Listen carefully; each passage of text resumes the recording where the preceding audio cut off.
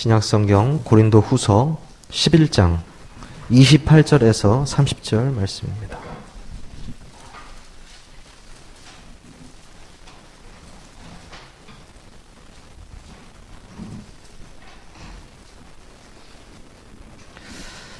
우리 28절에서 30절 말씀 우리 함께 선포하겠습니다. 시작. 이 외의 일은 고사하고 아직도 날마다 내 속에 눌리는 일이 있으니 곧 모든 교회를 위하여 염려하는 것이라.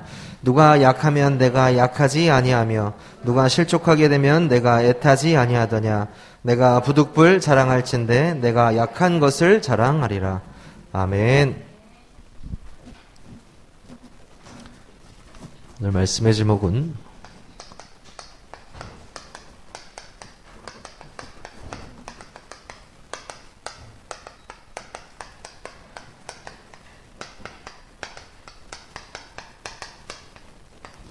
위기를 선택한 사람들이라는 말씀의 제목으로 함께 말씀 나누도록 하겠습니다. 위기는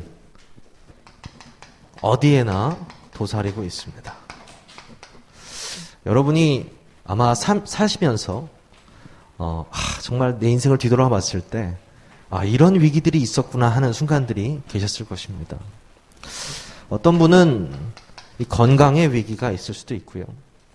어떤 분은 이 경제의 위기가 있을 수도 있고요. 또 어떤 분은 이 관계의 위기가 있을 수도 있고요. 죽음의 위기도 있을 수 있었을 것입니다. 제가 한 주간 동안 짧은 인생이지만 나한테는 뭐 어떤 위기가 있었을까 한번 이렇게 뒤를 돌아보니까요. 예전에 한 5살 정도 됐을까요? 부모님과 아주 작은 집에 살았었는데 집이 이렇게 이 경사면이 이렇게 돼 있는 집 꼭대기에 살았거든요. 그래서 이 경사면이 이렇게 너무 높다 보니까 거의 뭐 눈썰매장처럼 경사가 돼 있어요. 근데 양쪽에 다 차가 세워져 있고요. 근데 어느 날 아이들 특징이 뭐냐면 아버지 어머니를 잘 어떻게 합니까? 따라하죠. 잘 따라합니다. 똑같이 따라해요. 근데 이제 아버지가 봉고차를 운전을 하셨는데 봉고차 타시면 가장 먼저 뭘 하십니까? 그때는 안전벨트 검사가 별로 없었거든요. 바로 사이드를 내리시죠, 어른들이. 그거를 보고 있었던 거예요. 그러다가 이제 부모님은 집에 계시고 여동생하고 나와서 이제 한참 이제 걸을 때였어요. 타라고 그랬어요, 봉고차에. 차가 꼭대기 딱 끝에 있었습니다. 동생이 이제 뭐 말도 못하는 동생이죠. 오른쪽에 태우고 자신있게 사이드를 내렸습니다. 어떻게 됐을까요? 아주 천천히 뒤로 가는 거예요, 차가. 천천히. 어떻게 했습니까? 차에서 내려서 차 뒤에서 이렇게 잡았어요. 차를. 가지 말라고. 근데 계속 가는 겁니다. 그래서 어떻게 했습니까? 아버지로 달려갔죠. 아버지한테 달려갔습니다. 근데 그때는 기억은 안 나요. 달려간 것까지만 기억나는데 부모님 말씀하시기를 말을 못하고 얘가 어버버버 막 이랬대요. 왜? 너무 당황해가지고. 순간적으로 판단하신 아버지가 뛰쳐나갔더니 이미 차가 가속력을 붙어가지고 아래 끝까지 내려간 거예요. 근데 너무 소름이 돋는 건 양쪽에 차가 다 세워져 있었는데 가운데로 차가 간 거예요. 그리고 마지막에 벽을 딱 들이받았습니다. 놀이터에 있는 벽을. 사람이 한 명도 안 다쳤죠, 다행히. 어린 마음에요. 이건 정말 내 인생의 가장 큰 위기가 아닌가. 이런 생각이 들었어요. 제 생각에. 사실 웃을 일은 아닌데요. 그 다음에 또 위기가 하나 더 있었는데요. 비가 부슬부슬 이렇게 내리는 밤에 제가 이거 오토바이를 굉장히 좋아했거든요. 오토바이를 타고 비가 부슬부슬 내리는 밤에 쉥 달리다가 전봇대에 헤딩을 했어요. 전봇대에 헤딩을 했습니다. 근데 재밌는 것은 헤딩을 하고 툴툴 털고 일어나서 집에 와서 침대에 누워 잤습니다. 눈을 딱 뜨니까 처음에 천국인 줄 알았어요. 왜냐면 부모님이 이렇게 내려다보고 계시더라고요, 이렇게. 근데 왜 이렇게 쳐다보고 계시지? 했더니 온몸에 흙이 묻어 있고 옆에 보니까 하이바가 산산조각 나 있는 겁니다. 그때 깨달았습니다. 아, 죽음의 위기를 또 넘겼구나. 죽음의 위기를 또 넘겼구나. 그런 생각이 들었죠. 그건 이제 육신적인 위기고요. 육신적인 위기는 그나마 난 것 같아요. 사업을 하다 보니까 머리가 아픈 일이 많이 생기잖아요. 가운데 머리가 빠지기 시작하더라고요. 가운데 머리가 빠지기 시작해요. 네. 정신적으로요, 스트레스를 너무 많이 받는 겁니다. 너무 많이 받아요. 애매한 거예요. 세상적으로 확 살아버렸으면 좋겠는데, 그것도 안 되고. 그것도 내가 또 하나님만 붙잡고 살아가려니까 그 능력도 안 되고. 이거 뭐 이것도 아니고 저것도 아니고. 그건 어떻게 하라는 겁니까? 진짜 삶이 재미가 없더라고요. 정말 재미가 없더라고요. 근데 뒤돌아보고 나서 가장 큰 위기가 뭐였냐고 생각해 보니까 내가 하나님을 등한시한 것이다. 이런 생각이 들더라고요. 내가 육신적으로 위기도 많이 맞았고 어떤 정신적 위기도 맞았지만 하나님이 정말 있을까라고 생각했던 그때가 나한테 가장 위기가 아니었나라는 생각을 하게 됐습니다. 사람이 위기를 딱 만나면요. 어떻습니까? 두려움에 확 사로잡혀요. 그리고 불안합니다. 위기가 딱 오면요. 낙심해요. 정말 온갖 나쁜 것들이 순식간에 사람을 딱 사로잡아 버려요. 위기라는 것이 그렇습니다. 근데 이 위기가 오면은요. 가장 극단적으로 생각하는 것이 뭡니까? 자살입니다. 자살. 여러분 잘 생각하셔야 될 것은 자살은요. 살인입니다. 자기가 자기 자신을 죽이는 행위예요. 자기가 자기 자신을. 사람들은 모르죠. 1980년대 초반부터 90년대 한 중반까지 대략 한 1년에 한 3,500명에서 4,000명이 자살했습니다. 3,500명, 연간. 그러다가 97년에 우리 뭐가 터졌죠? IMF 외환위기가, 위기잖아요, 그것도. 외환위기가 터지니까 98년도에 한 8,600명이 자살을 해요. 8,600명, 연간. 그러면 이제 IMF 위기를 잘 넘겼으면 어떻게 됩니까? 자살률이 좀 줄어야 되잖아요. 그때 안 주는 것이 신기하게 안 줄어요. 국민의 정부 때 한 6천에서 8천을 유지하다가 참여정부 때 10,000명을 돌파합니다. 10,000명을 돌파해요. 그리고 나서 한 2003년도인가 15,000명까지 자살을 하는 거예요. 연간. 신기하죠? 뭐 사람들은 카드 대란 때문이다 뭐 이렇게 얘기를 하지만 국가는 계속적으로 발전하고 있고 문명도 발전하고 있는데 또 위기라고 해가지고 위기를 벗어났는데도 불구하고 자살률은 계속해서 증가하고 있습니다. 사람들이요, 이것을 현실과 사실, 진실로만 바라보고 있습니다. 그 사람이 죽어가는 문제를. 정말 여러분은 그렇게 생각하십니까? 자살의 이유에 대해서 많은 사람들이 비관해서, 사업이 실패해서, 경제가 힘들어서, 질병 때문에, 이런 식으로 다 생각을 하죠. 틀린 말은 아니죠. 근데 우리는 알고 있잖아요. 이 영적 사실을 알고 있지 않습니까? 정말 돈이 없어서 그렇습니까? 세상이요. 아니요. 정말 모질라서 그렇습니까? 안 그렇습니다. 하나님을 떠났기 때문입니다. 하나님을 떠난 인간이 정말 행복할 수 없기 때문입니다. 저는 주위에 이런 사람들을 많이 보진 못했지만 정말 이 자살을 할 정도의 상태라면요. 완전히 흑암에 뒤덮인 상태입니다. 완전히. 자기가 조금이라도 자기 정신이 있으면 쉽지 않습니다. 완전히 사로잡혔을 때 가능하거든요. 그래서 보통 술을 많이 먹었을 때 이런 일들이 일어나기도 하죠. 완전히 사로잡혔을 때. 영적으로 우리가 알고 있기 때문에 여러분들, 오늘 예배드린 여러분들이 가는 현장에 그리스도의 빛만 비추는데 이런 일들이 안 일어난다는 사실입니다. 여러분 정말 믿으십니까? 여러분 현장에 복음 가진 한 사람이 파수꾼으로 지키고 있다는 거예요. 하나님께서 그 현장에 여러분을 보내신 이유가 정말 전도와 선교 때문이지만 그곳을 지키라고 보내주신 거예요. 그래서 여러분들이 사실 이 위기, 사람들은 그렇습니다. 위기는 곧 기회야. 뭐 이렇게 얘기도 하고요. 아니, 위기는 위기죠. 무슨 기회입니까? 위기가 왔는데.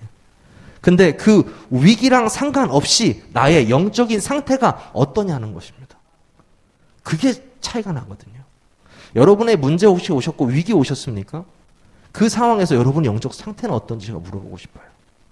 영적 상태가 무너진 사람은요, 아까 말씀드렸던 저 문제들 위기 속에서 무너지게 되어 있습니다. 하지만 내가 상관없이 하나님을 바라볼 수 있다면 상관없거든요. 제가 신학을 하기 전 친구들, 만났던 친구들이 항상 만나면 그런 얘기를 해요. 자주 만나지도 않지만, 야, 넌 정말 세상 편하게 산다. 막 이렇게 얘기를 해요. 내 주위에 있는 사람들도 세상 편하게 산대요. 근데 솔직하게 말해요. 나 진짜 세상 편하게 살아. 이게. 왜요? 나 예수 믿거든요. 예수 믿으면요, 세상 편합니다. 왜요? 다 맡겨요. 정말 맡기십니까? 다 맡겨버려요. 돈 문제 오면은 맡겨버려요. 하나님, 보셨죠? 네. 고지서 나왔습니다. 하나님, 카드값 나왔습니다. 그냥. 상관없어요. 그것 때문에 불안불안해 하는 것 자체가 어떻게 보면 속는 거예요. 여러분. 저는 그렇게 생각합니다. 하나님께서, 우리에게 정말 감당할 시험만 주신다고 했거든요. 정말 믿으십니까? 여러분이 오늘 말씀을 통해서 정말 이 위기가 정말 나에게는 어떤 의미인지, 또 성경 속에 있는 많은 사람들은 이 위기 속에서 무엇을 선택했는지 확인하시는 시간 되시기를 바라겠습니다. 그렇다면요, 우리가 성경이 말하고 있는 진짜 위기는 무엇이냐, 우리가 한번 살펴봐야겠습니다. 뭡니까? 많은 세상 사람들이요,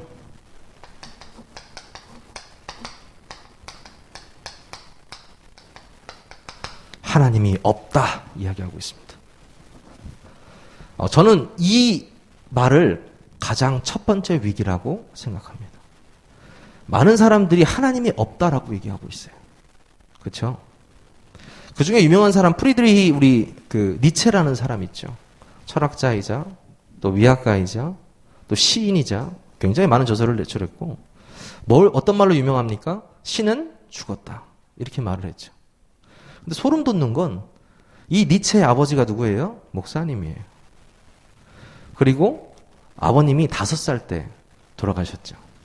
그래서 어머니하고 누이 또 조부모 밑에서 살았는데, 또 심지어 이 니체라는 사람이 그 대학에서 뭘 전공했냐면 신학을 전공했어요.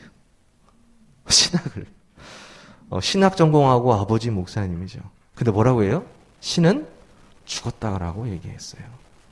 제가 이 니체를 좀 보면서 이 사람이 했던 말 중에 가장 인상 깊은 말이 있어서 여러분 좀 소개를 시켜드릴게요.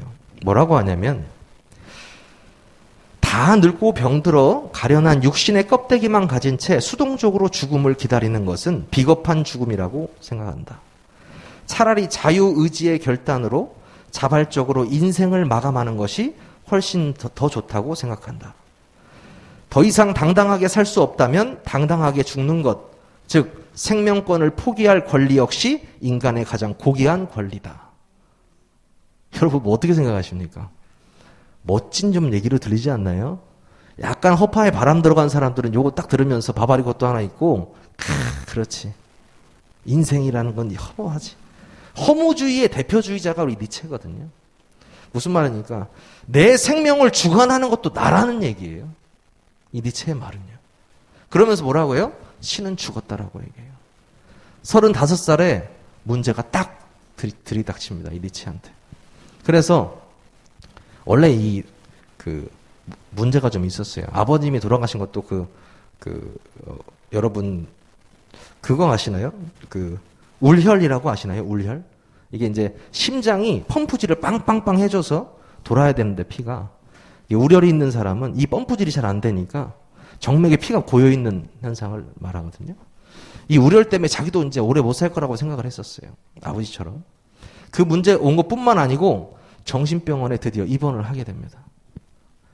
소리를 고래고래 지렀죠. 신은 없다고 하면서 10년 동안 정신병원에서 고생하다가 결국엔 죽음을 당하죠. 여러분, 하나님이 없다라는 이 말이 얼마나 무서운 말인지 아셔야 됩니다. 시편 14편 1절에 보면요. 어리석은 자는 그의 마음에 이르기를 하나님이 없다 하는도다. 이렇게 얘기하고 있습니다. 어리석은 자라고 말하고 있어요. 하나님이 없다고 말하는 모든 사람들에게 하나님이 있음을 증거해야 될 자들이 우리들입니다. 그 현장에서 여러분들이 여호와의 영에 감동된 사람이라는 칭호를 받으셔야 돼요. 그렇기 위해서는 여러분들이 진짜 이 말씀에 집중하시고 복음의 내용에 집중하셔야 되는 것입니다. 그렇다면요, 진짜 위기는 또 뭐냐?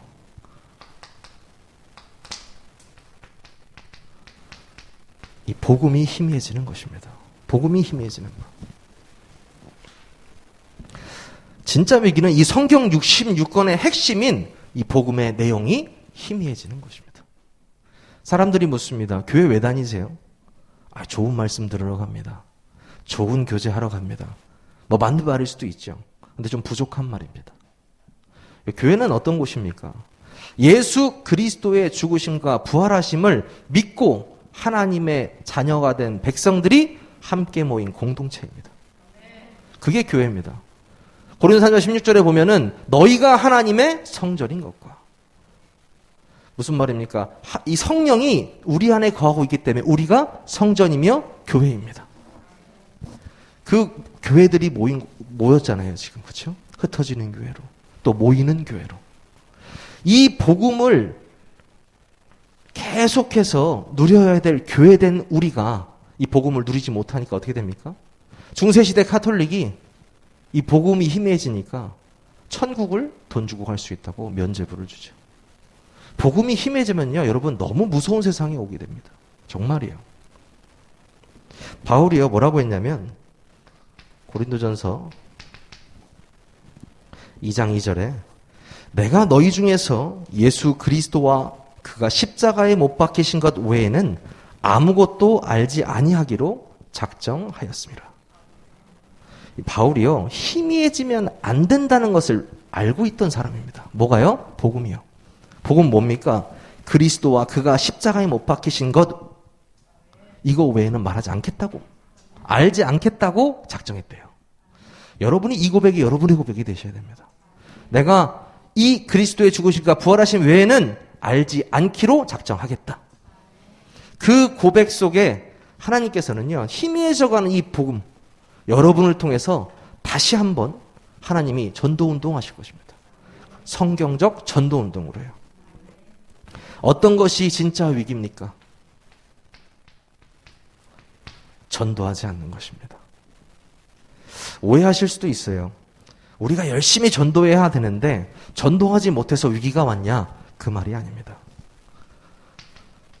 사도행전 1장 8절에 보면 오직 성령이 너에게 임하시면 권능 받고 땅끝까지 증인 될 것이다 말씀하셨습니다. 증인이 되리라 말씀하셨어요. 근데 그럼 전도가 되어져야 된다는 거잖아요. 근데 전제 조건이 뭡니까? 성령이 임하시면. 전도가 안 되어진다는 것은 결국 뭡니까? 기도하지 않고 있다는 거예요. 진짜 위기는 뭡니까? 기도하지 않고 있는 것입니다. 그래서 오로지 우리가 기도할 수 있는, 성령의 충만함을 놓고 기도할 수 있는 것이 위기에서 벗어나는 길입니다. 여러분이요, 오늘 이 말씀을 통해서 진짜 위기가 하나님이 없다 하는 것이고 복음이 희미해지는 것이고 기도하지 않는 것이구나, 이것을 깨달으셔야 됩니다. 그래서 정말 이 위기 속에서 복음만이 답이 됨을 증거하시기를 바랍니다. 오늘 말씀을 보니까요, 위기를 선택한 사람들이 나옵니다.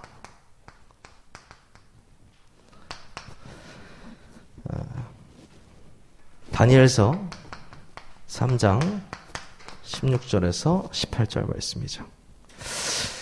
여러분 이 다니엘서 3장 16절 18절 너무나 유명하죠. 다니엘과 세 친구가 느부갓네살 왕 앞에 섰을 때 한 말입니다.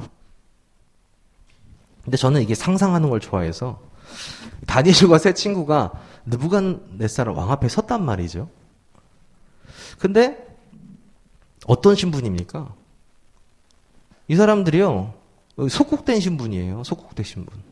그러니까 자기 나라 왕도 아니란 말이죠. 완전 저기 옛날로 따지면 일본 왕 앞에 우리가 속국된 한국 신하들이 된 거예요. 근데 그런 상황 속에서 뭐라고 하는지 우리 한번 보겠습니다. 사드락과 메삭과 아벳노가가 왕에게 대답하여 가로되 느부갓네살이여 우리가 이 일에 대하여는 왕에게 대답할 필요가 없나이다. 자, 왕에게 대답할 필요가 없나이다 이렇게 얘기했죠. 옆에 있는 신하들이 어떻게 생각했을까요? 너희들 죽었다. 니들은 무조건 죽었다 오늘.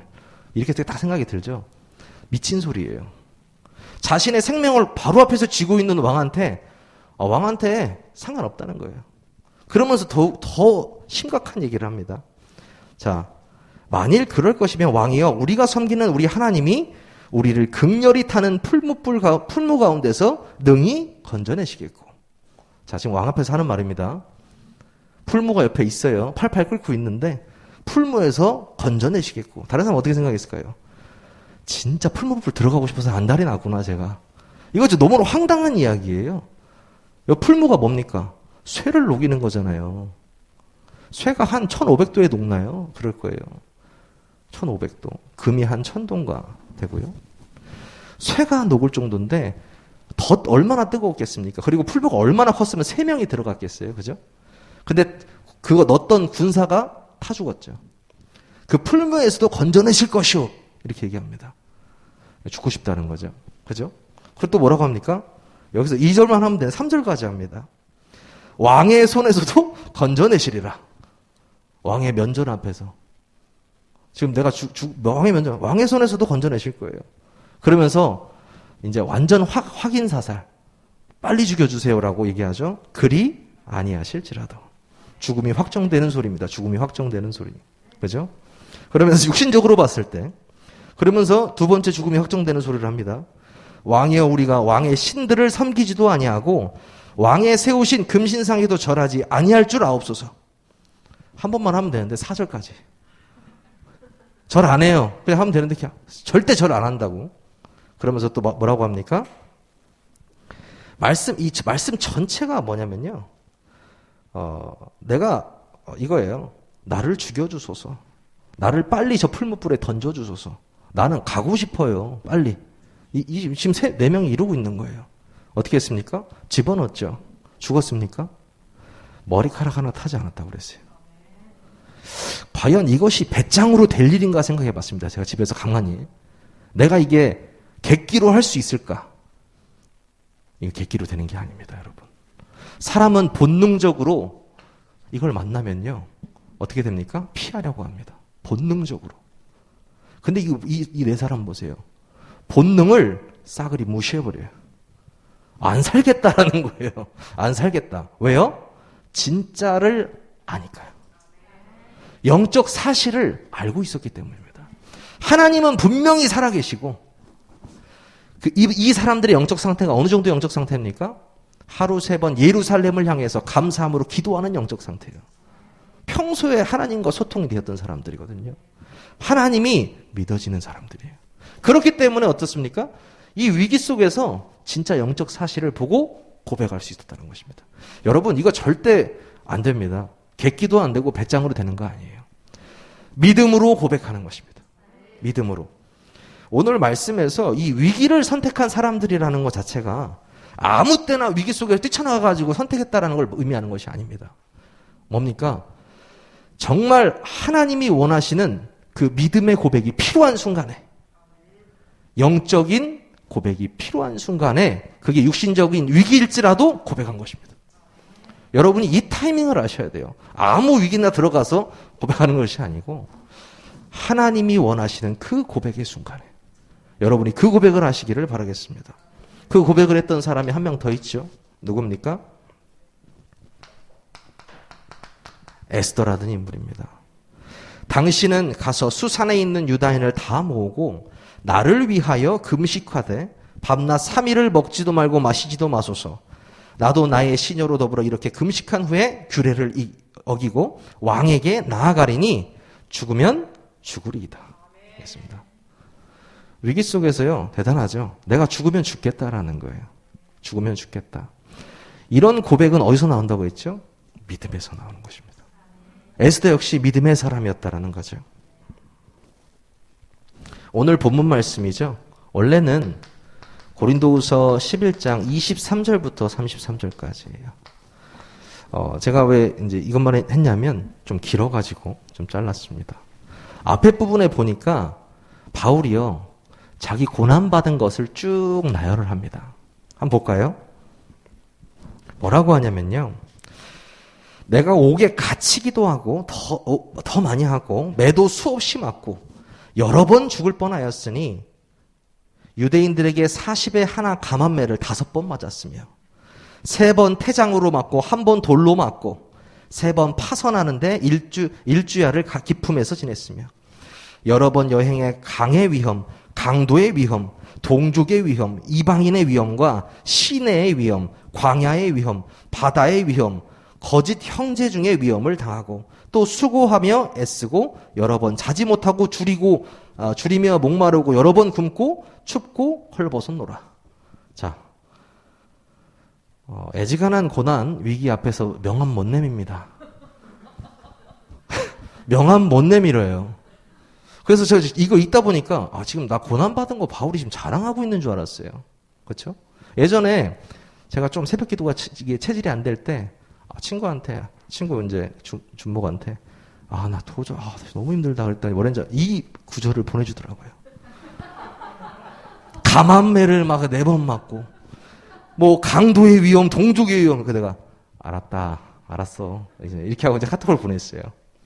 무슨 말이냐면요. 이 말을 한 이유가 있어요. 뭐라고 하냐면 28절에 이 외의 일은 고사하고 오히려 날마다 내 속에 눌리는 일이 있으니 곧 모든 교회를 위하여 염려하는 것이라.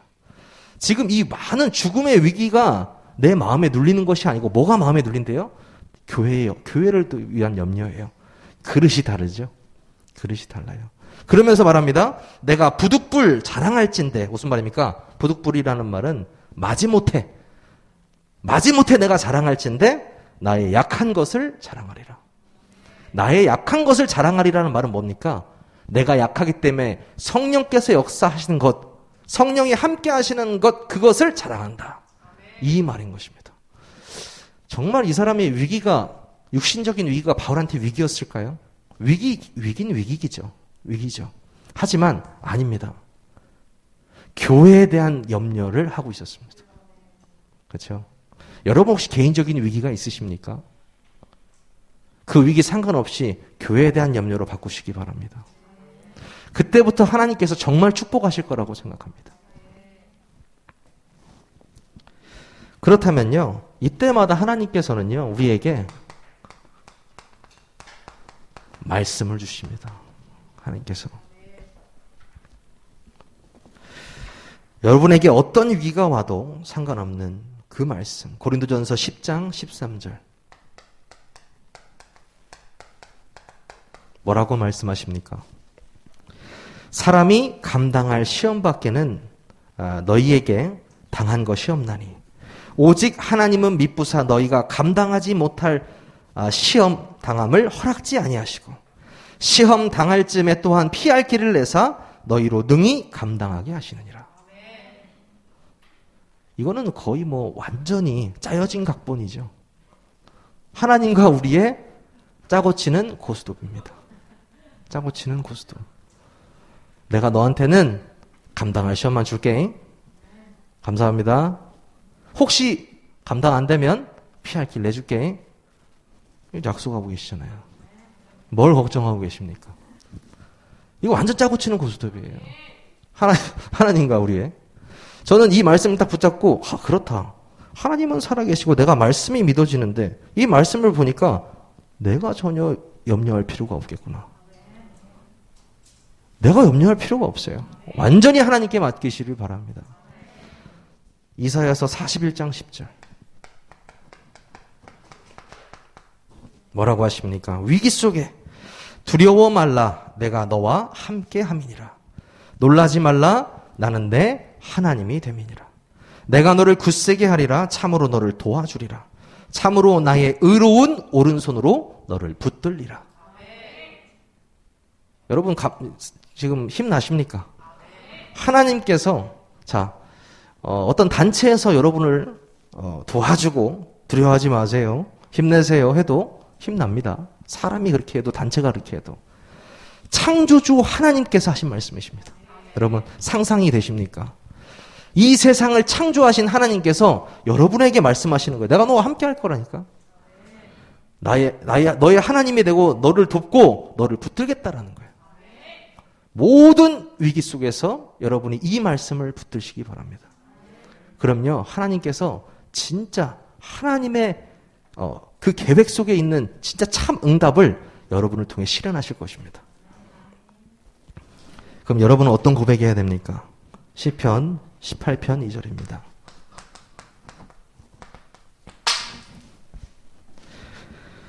여호와는 나의 반석이시오, 나의 요새시오, 나를 건지시는 이시오, 나의 하나님이시오, 내가 그 안에 피할 나의 바위시오, 나의 방패시오, 나의 구원의 뿌리시오, 나의 산성이시로다. 이게 여러분의 고백이 되셔야 됩니다. 여러분의 가장 큰 산성이 하나님이십니다. 여러분이 어떤 위기 속에 계십니까? 상관없으십니다. 여러분이 이 말씀을 딱 붙잡으시고요. 나는 하나님이 함께하는 사람이구나. 여기에 답이 딱 나시면요. 진짜 위기가 어떤 게 위기인지 보이고요. 성경 속에서 그 위기의 순간마다 위기를 선택했던, 믿음을 선택했던 사람들의 그 진짜 모습들이 나에게 비춰지고요. 말씀이 들려지기 시작합니다. 여러분이 이 말씀 속에서 영적인 힘을 회복하시기 바라겠습니다.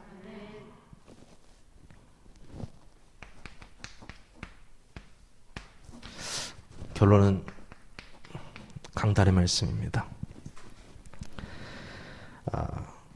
정말 여러분에게 위기 있으십니까? 그러면요, 여러분을요,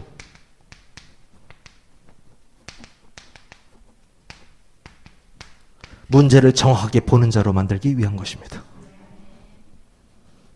그렇죠? 진짜 위기가 뭔지, 진짜 문제가 뭔지를 정확하게 볼 수 있도록. 여러분에게 내 생각이 정말 답인가라고 생각하는 여러분들에게